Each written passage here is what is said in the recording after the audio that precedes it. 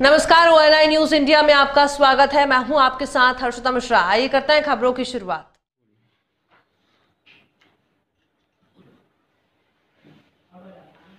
सबसे पहले मैं बालाघाट के पत्रकार लोगों को जो मेरे प्रेस कॉन्फ्रेंस में आमंत्रित थे बधाई देता हूँ कि वो आज हमारे प्रेस वार्ता में शरीक हुए हैं। हमारी party national Republican party of India है, राष्ट्रीय मुख्य धारा पर काम करती है और राष्ट्रीय विचारधारा रखती है। हमें बहुत गर्व के साथ कहना पड़ेगा कि भारत संसार का सबसे बड़ा प्रजातांत्रिक देश है। प्रजातंत्र को लाने के लिए डॉक्टर बाबा साहब अम्बेडकर ने दलितों से, उनके ह्यूमन राइट्स से शुरुआत किया। पश्चात SC, ST, OBC के लिए ब्रिटिश साम्राज्य काल में लड़ाई लड़ी। फलस्वरूप अंग्रेजों को हार मानना पड़ा। राउंड टेबल कॉन्फ्रेंस में 1930, 31, 32 में ब्रिटिश साम्राज्य में हमें आरक्षण मिला।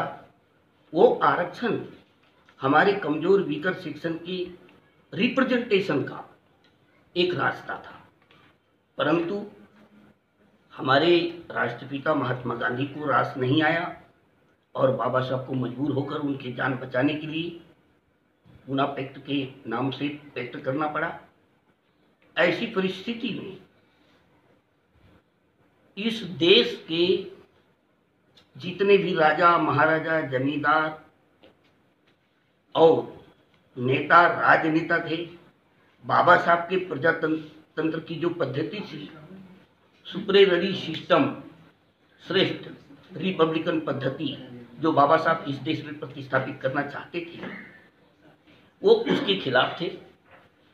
जितने भी राजा, महाराजा, कट्टरपंथी लोग थे, वो बाबा साहब के सुपरेररी सिस्टम, रिपब्लिकन सुपरेररी सिस्टम के खिलाफ थे, क्योंकि वो जानते थे कि यदि बाबा साहब ने की लड़ाई सफल हो गई तो राजा, महाराजा, जमींदार, यहाँ तक ग्राम पटेल, उनकी पूरी पद प्रतिष्ठा समाप्त हो जाएगी। इसलिए संकीर्ण विचारधारा के लोग और कट्टरपंथी लोग बाबा साहब का विरोध करते रहे, लेकिन बाबा साहब ने कभी किसी की परवाह नहीं की और उन्हें मालूम था कि इस देश में जब तक बहुसंख्यक लोग, SC, ST, OBC के लोगों को उनका हक नहीं मिलेगा, ह्यूमन राइट्स नहीं मिलेगा, फंडामेंटल राइट्स उपलब्ध नहीं किया जाएगा, तब तक देश का सर्वांगीण विकास नहीं हो सकता। ऐसी परिस्थिति में ये जो लोग थे, जो इंडियन लोग थे, भारतीय लोग थे, हिंदू लोग थे, सवर्ण लोग थे, ऐसे लोग ब्रिटिश साम्राज्य के साथ मिले हुए थे। बाबा साहब इस कारण से हमारे जो वीकर सेक्शन के लोग हैं, डिप्रेस्ड लोग हैं, शेड्यूल कास्ट के लोग हैं, शेड्यूल ट्राइब के लोग हैं, वो भी OBC के लोग हैं, उनको वो राइट्स नहीं मिला था और अंग्रेजों ने इसका फायदा उठाया। फूट डालो, राज्य करो, ये उनकी पॉलिसी थी। परंतु उन लोगों ने देश को मिसगाइड किया। डेवलपमेंट के नाम से सड़क बनाओ, बिजली बनाओ, तालाब बनाओ, भवन बनाओ, ये निर्माण काम का जो विकास का डेवलपमेंट जो गुमराह करने का तरीका था, वो इस आधार पर उन लोगों ने देश को मिसगाइड किया। तो हम इनको साथ देंगे। हम ये नहीं कह रहे हैं, हम ये कह रहे हैं कि 15 साल हो गए भाई मध्य प्रदेश में। आप तो मध्य प्रदेश के रहने वाले, मैं तो छत्तीसगढ़ का रहने वाला हूँ। तो 15 साल तक ये बने रहे, उससे हमको क्या मिला?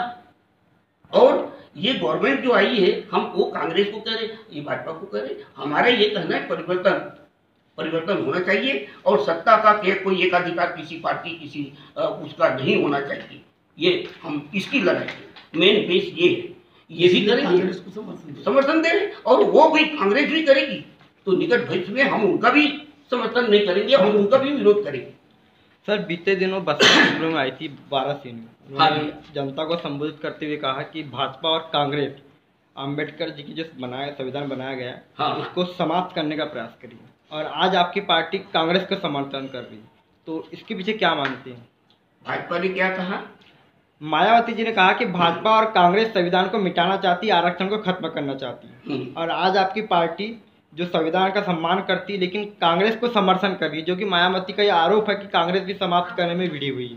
तो इस संदर्भ में आप क्या कहेंगे? मैं बोलना चाहता हूँ, मायावती जी जो बहुजन समाज पार्टी की जो सुप्रीमो है जी, वो पहले से ही मनुवादी ताकतों के साथ और भारतीय जनता पार्टी के साथ मिलकर एक बार नहीं 3 बार 4 बार सरकार बनाई है, और आज भी उन्हीं के कारण वो करोड़ों अरबों खरबों के भ्रष्टाचार, आय से अधिक संपत्ति के जो मुकदमे और सीबीआई जांच जो चल रही है, उस भारतीय जनता पार्टी के संरक्षण में वो सुरक्षित है, नहीं तो जेल जाती।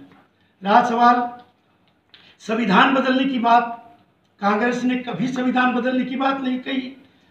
अटल बिहारी वाजपेयी की सरकार थी 1996 में, उन्होंने कहा कि संविधान की समीक्षा होना चाहिए, और इस बहाने वो संविधान बदलना चाहते थे, और 1996 से लगातार संविधान बदलने की बात हो रही है। भारतीय जनता पार्टी का केंद्र का मिनिस्टर हेडगे वो सरेआम कहता है कि हम सरकार संविधान बदलने आई है हमारी सरकार।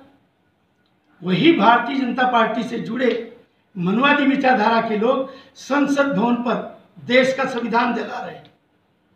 जिस संविधान की शपथ लेकर राष्ट्रपति प्रधानमंत्री बनते हैं, उस देश का संविधान जलाना कितना दुर्भाग्य बात है। मायावती ने कहा कि कांग्रेस और बीजेपी दोनों मिलकर आरक्षण खत्म करना चाहती है। मायावती को क्या बोलना चाहिए? ये इतनी बड़ी देश की लीडर होने के बाद उसको ये ज्ञान नहीं है कि मैं क्या बोल रही हूं। ब्राह्मणवादी व्यवस्था, सतीश मिश्रा जी जो लिखते हैं वो पढ़ती है 3री क्लास की छात्रा की तरह। ये देश का दुर्भाग्य है और अम्बेडकरी आंदोलन का दुर्भाग्य है। उसको ज्ञान नहीं है। आरक्षण की बात जो है वो कभी कांग्रेस ने आरक्षण खत्म करने की बात नहीं कही, बल्कि 2002 में पदोन्नति में आरक्षण दिग्विजय सिंह की कांग्रेस सरकार ने लाई, और वो बीजेपी की सरकार ने 2 साल पहले हाई कोर्ट से साठगांठ करके एक सुनियोजित तरीके से वो पदोन्नति में आरक्षण अवैधानिक करार करके उसे समाप्त कर दिया। एट्रोसिटीज एक्ट जो दलितों पर अत्याचार होता था, पूरे देश में दलित भयभीत थे। ऐसे स्थिति में जब राजीव गांधी की कांग्रेस की सरकार थी, उनने 89 में एट्रोसिटीज एक्ट लाया कि देश का बहुजन दलित शोषित पीड़ित समाज सुरक्षित रहे। आज केंद्र में नरेंद्र मोदी की, भाजपा की, मनुवादियों की, संविधान विरोधी ताकतों की सरकार बनी, और उन्होंने कहा कि अब हमने सरकार बनते ही अत्याचार चालू कर दिया दलितों पर, बहुजनों पर, मुस्लिमों पर, तो अब हमारी अग्रिम जमानत नहीं होगी, जेल चले जाएंगे। इस डर के कारण उन्होंने एट्रोसिटीज एक्ट खत्म करने का सुप्रीम कोर्ट के साथ सुनियोजित षड्यंत्र के तहत उसको एक्ट को प्रभावहीन कर दिया, उसको बर्बाद कर दिया। भाजपा ने अंबेडकर भवन भी बनाया है। भवन बनाना कोई उद्देश्य नहीं है। भाजपा ने बाबा साहब अम्बेडकर की मूर्ति भी तोड़ा है। बाबा साहब अम्बेडकर, जब संविधान बाबा साहब का लागू होना था 1950 में, तो सारे देश में आरएसएस, बीजेपी के लोगों ने डॉक्टर बाबा साहब अम्बेडकर के पुतले जलाए कि ये संविधान लागू नहीं होना चाहिए। भारतीय जनता पार्टी की केंद्र सरकार और मध्य प्रदेश की शिवराज भाजपा की सरकार पूरे दलितों पर, बहुजनों पर, schedule caste, schedule tribe, backward class, minorities के लोगों पर सुनियोजित तरीके से एक षड्यंत्र के तहत जुल्म कर रही है, हिंसा कर रही है, हत्याएं कर रही है। उनके अधिकारों से उनको रोका जाता है। भीमा कोरेगांव में थोड़ा पानी पी लो, 1 मिनट में क्या है।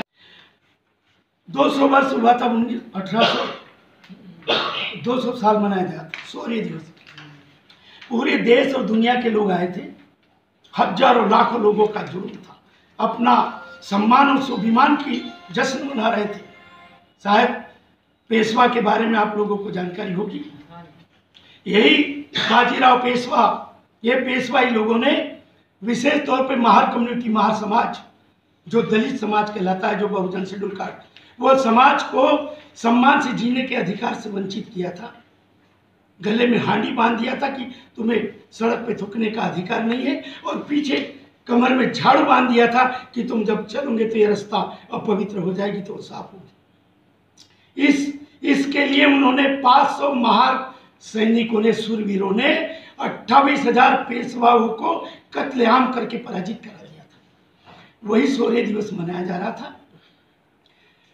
संभाजी भिड़े और एकनाथ एकबोटे, ये कट्टर आरएसएस के लोग हैं, और नरेंद्र मोदी का गुरु है संभाजी भिड़े।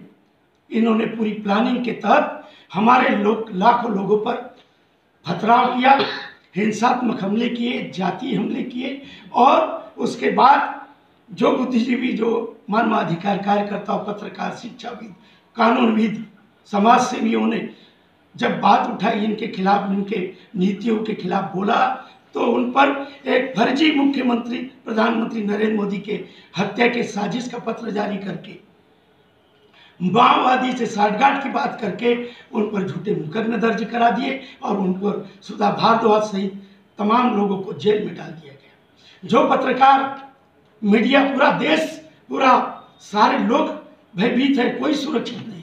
मैं भी बुद्धिस्ट टाइम्स मैगजीन निकालता हूँ, पूरे देश में जाती, आरएसएस के खिलाफ, सरकार की गलत नीतियों के खिलाफ।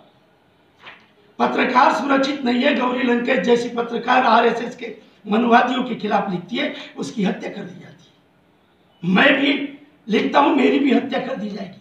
आप भी लिखोगे, न जाने आपके साथ भी क्या होगा। मीडिया को 99% मीडिया को नरेंद्र मोदी ने खरीद लिया। अडानी अंबानी उसको चला रहे हैं।